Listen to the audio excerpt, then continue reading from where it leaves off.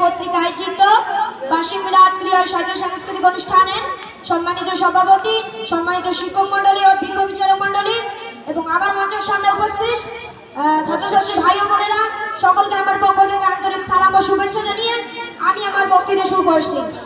ভাগ্যের লিখন যায় না খণ্ডন, এই কথা অনুযায়ী আমার ভাগ্যে উঠেছে আজ মোবাইল ফোনের উপকারিতা ও অপকারিতা। আমি এ নিয়ে কিছু বলার চেষ্টা করব। মোবাইল ফোনের উপকারিতা: বর্তমান মানুষের জীবনযাত্রার উন্নত একটি যোগাযোগ মাধ্যম হচ্ছে মোবাইল ফোন। এর মাধ্যমে সহজে যোগাযোগ করা যায়। মোবাইল ফোন অ্যাপের মাধ্যমে ছবি, গান, ভিডিও ইত্যাদি পৃথিবীর এক প্রান্ত থেকে অন্য প্রান্তে পাঠানো যায়। এর মাধ্যমে কেনাকাটা করা, পরিষেবার বিল মেটানো, পরীক্ষার ফল জানা ইত্যাদি কাজ করা যায়। মোবাইল ফোনের অপকারিতা: মোবাইল ফোনের উপকারিতার তালিকার সাথে সাথে অপকারিতার তালিকাও রয়েছে। এটি অতিরিক্ত ব্যবহারে আমাদের মস্তিষ্কের ক্ষতি হয়। এটি রাজ্যকে দেখলে আমাদের পড়াশোনার ক্ষতি হয়, চোখের দৃষ্টিশক্তি নষ্ট হয় এবং আমাদের নানা রকম শরীরের সমস্যা দেখা দেয়। তাই আমাদের মোবাইল ফোন কম ব্যবহার করতে হবে।